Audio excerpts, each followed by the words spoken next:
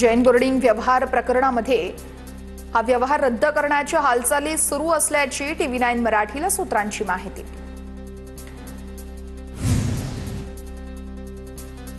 धर्मादाय आयुक्तालयाच्या अधिकाऱ्यांनी जैन बोर्डिंग संदर्भातील अहवाल मुंबईला पाठवला। अहवालामध्ये मंदिर असल्याचं नमूद। सूत्रांची माहिती 26 तारखेला धर्मादाय आयुक्तांसमोर पुन्हा सुनावणी।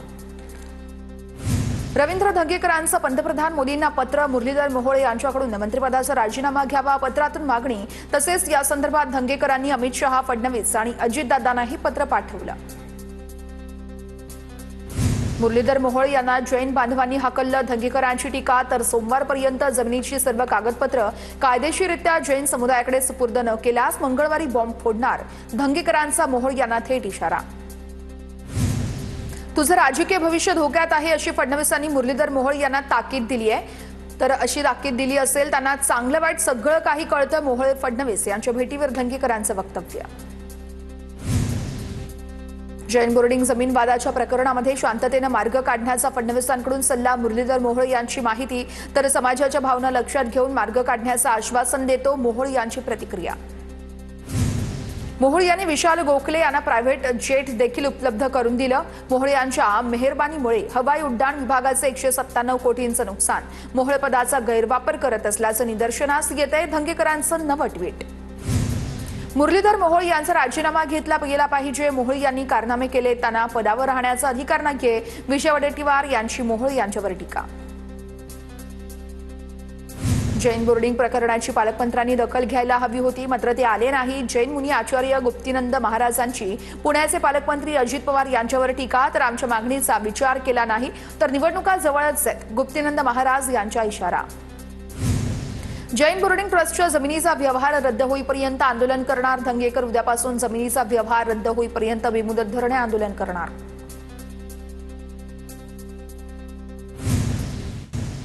नाशिकमध्ये उद्या जैन समाजाकडून मोर्चा काढण्यात येणार। पुण्यातील जैन बोर्डिंग प्रकरणी नाशिकमध्ये जैन समाज आक्रमक। विरोधी पक्षांकडून देखील जैन समाजाच्या मोर्चाला पाठिंबा मिळाल्याची माहिती। बाणेरमध्ये मुरलीधर मोहोळ यांच्या जनसंपर्क सेवा अभियानाचं आयोजन। पुणेकरांच्या समस्या जाणून घेण्यासाठी मोहोळ यांचा जनता दरबार। अमित शहा उद्या मुंबई दौऱ्यावर। सह्याद्री अतिथीगृहात सर्वपक्षीय नेत्यांसोबत बैठक घेणार। अमित शहांच्या हस्ते मुंबईतील 2 जहाजांचं उद्घाटन होणार। महिला डॉक्टर आत्महत्या प्रकरणी आरोपी PSI गोपाल बदने फलटण ग्रामीण पोलीस ठाण्यात स्वतःहून हजर। PSI गोपाल बदनेनं डॉक्टर महिलेवरती लैंगिक अत्याचार केल्याचा आरोप। डॉक्टर आत्महत्या प्रकरणातील आरोपी PSI गोपाल बदनेची 1 तास कसून चौकशीनंतर बदनेची फलटण उपजिल्हा रुग्णालयामध्ये वैद्यकीय तपासणी। तर तपासणीनंतर शहर पोलिसांनी बदनेचा ताबा घेतला। फलटण आत्महत्या प्रकरणी आरोपी PSI गोपाल बदनेला दुपारी न्यायालयामध्ये हजर केले जाणार। तर अटकेतील आरोपी प्रशांत बनकरला 4 दिवसांची पोलीस कोठडी। फलटणमधील महिलेची आत्महत्या नसून संस्थात्मक हत्या। फलटणमधील महिला डॉक्टर आत्महत्या प्रकरणावरती राहुल गांधींचे गंभीर आरोप। आम्ही न्यायासाठी पीडित महिलेच्या सोबत खंबीरपणे उभे आहोत। राहुल गांधींची प्रतिक्रिया। विरोधी पक्षाच्या वतीनं याला जाणीवपूर्वक राजकीय रंग देण्याचा प्रयत्न असं करणं योग्य नाहीये। मुख्यमंत्री फडणवीसांची प्रतिक्रिया। तर यात कोणी सहभागी असल्याचा पुरावा मिळाला तर त्याला सोडणार नाही, मात्र राजकारण करू नका, फडणवीसांचा इशारा। पोलीस आरोपीला शोधू शकत नाहीत, मात्र आरोपी पोलिसांना शरण येतो। आरोपीला वाचवण्याचा कुणाचा प्रयत्न, गुन्ह्यात सहभागी असणाऱ्या सर्वांवर कारवाई झाली पाहिजे। काँग्रेस नेते विजय वडेट्टीवारांची मागणी। महिला डॉक्टरच्या यावेळेस वर्षभर पोस्टमार्टमचीच ड्युटी का दिली जायची? 82 PM रिपोर्टचा गठ्ठा महिला डॉक्टरच्या रूममध्ये आढळला। महिला डॉक्टरवरती बदने चुकीची कामं काढण्यासाठी दबाव टाकत होता। सुरेश धस यांचा गंभीर आरोप।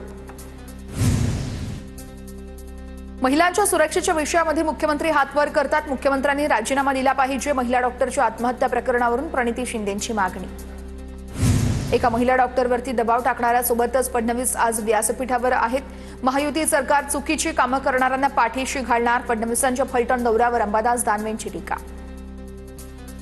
शिवसेना पक्ष आणि चिन्हासंदर्भात सुनावणीची तारीख जवळ आली की शिंदे दिल्लीला जातात। मोदी आणि अमित शहांसाठी ते भेटीसाठी वाढत असतात त्यांच्या भेटी। शिंदेंच्या दिल्ली दौऱ्यावरून राऊतांची टीका। दिल्लीच्या भेटीने भाजप शिंदे सरकार मजबूत झालंय, म्हणूनच राऊतांना पोटशूळ। तर दिल्लीमध्ये सोनिया गांधींनी भेट दिली नाही, म्हणूनच राऊत आजही अस्वस्थ। राऊतांच्या टीकेनंतर नवनाथ बन यांचं प्रत्युत्तर। एकनाथ शिंदेंचा पक्ष भाजपचं अंगवस्त्र, त्यामुळे अंगवस्त्राला जेवढी किंमत द्यायची तेवढीच दिली जाते. संजय राऊतांची शिंदेंच्या शिवसेनेवर बोचरी टीका.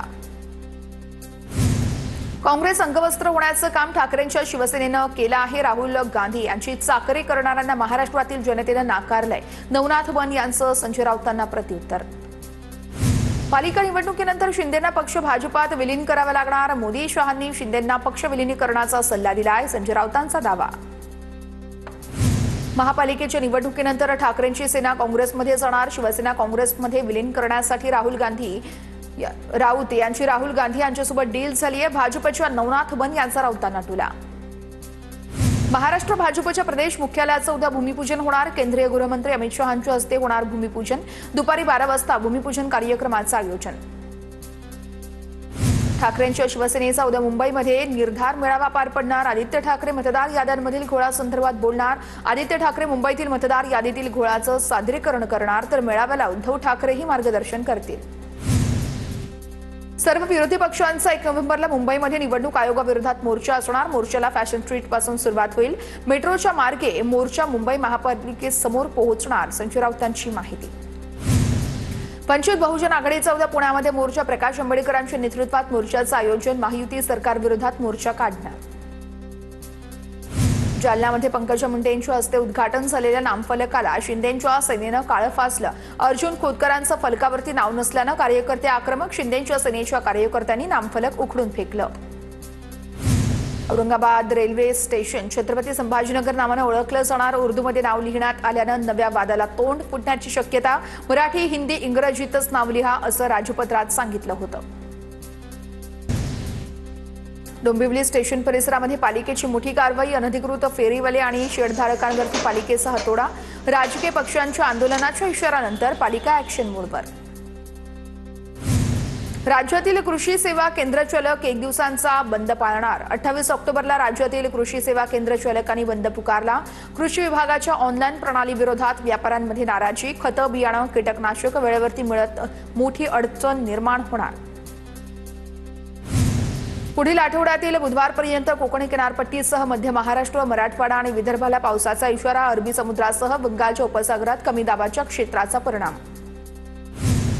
दिवाळी सुट्टीचा शेवटचा आठवडा असल्यानं किल्ले राजगडावरती मोठ्या प्रमाणात पर्यटक दाखल. रायगडच्या पायथ्याशी वाहनांच्या रांगा. पाचाड, हिरकणी, वाडीसह रोपवे परिसरात मोठ्या प्रमाणात वाहनांची पार्किंग. पुण्याला जाण्यासाठी तिकिटाचं आरक्षण असलेल्या प्रवाशांची बस न आल्यानं वाशिम स्थानकामध्ये मोठा गोंधळ. अधिकाऱ्यांकडून योग्य उत्तर न मिळाल्यानं संतप्त. यावेळेस विद्यार्थ्यांकडून आंदोलन, तर काही काळ या ठिकाणी ठिय्या दिल्यानं वाहतूकही ठप्प.